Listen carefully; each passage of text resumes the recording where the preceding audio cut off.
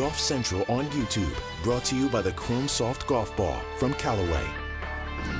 And hello again and welcome. What a nice way to start the year for the PGA Tour on Maui for the Sentry Tournament of Champions. And Collin Morikawa will have a chance to become the #1 ranked player of the world. The last time we saw Collin, he also had that opportunity at the Hero in the Bahamas in early December. He blew a 5-shot, 54-hole lead and lost to Viktor Hovland. Round 1 at 5:15 Eastern Time.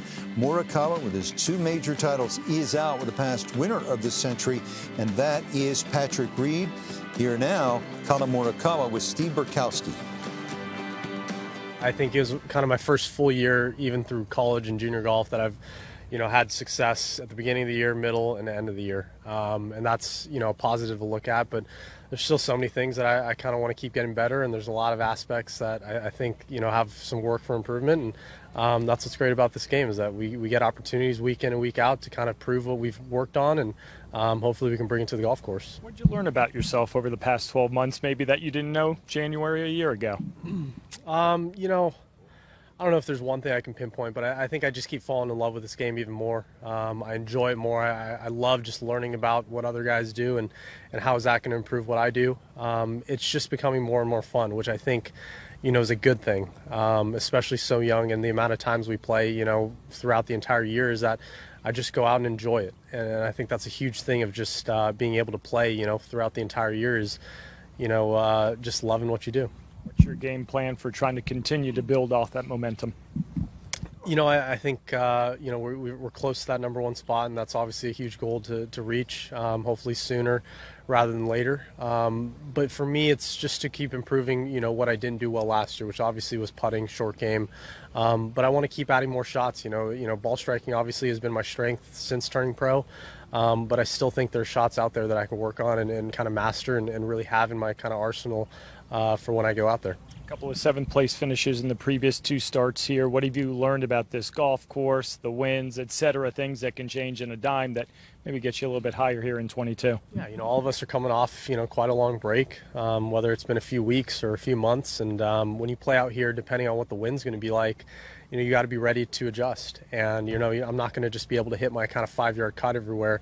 I'm going to have to flight the ball. I'm going to have to work it different ways. And that's what's unique about starting the year out here. Obviously, it's a good thing you're starting at Kapalua, but you have to be ready to kind of, just play it as it goes depending on what the weather's like.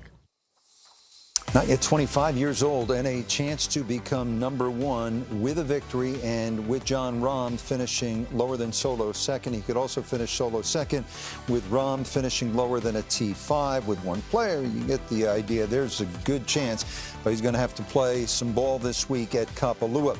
Also likely going to have to deal with a guy that turned professional just about the same time as he did. That is Viktor Hovland.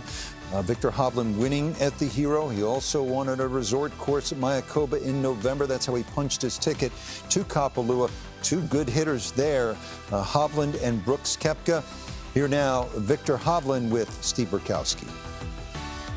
I had 2 interesting weeks there that, not everything kind of went my way, but still managed to kind of get the win in the end. And I think that gives me a lot of confidence going forward that, okay, I don't have to be perfect throughout the week and still be in contention. So just kind of trust the process and get a little better every day. How much do you assess the previous 12 months maybe in terms of what you look to achieve here moving forward?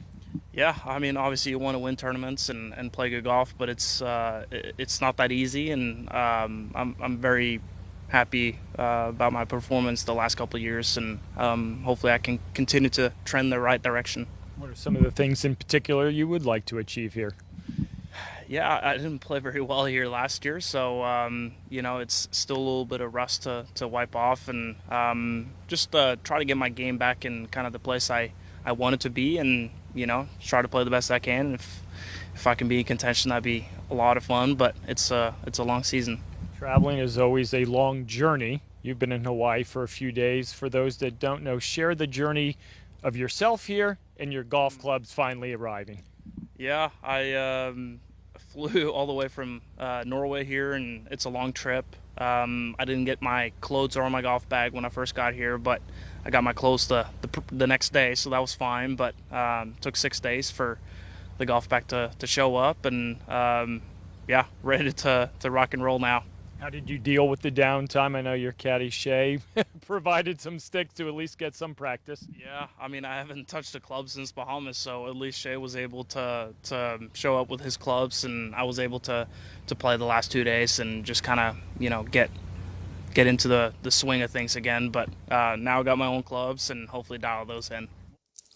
And he is a really good young player, and here is the schedule. First round coverage, Sentry Tournament of Champions, tomorrow 6 o'clock Eastern time on Golf Channel. Second round as well, right through the weekend.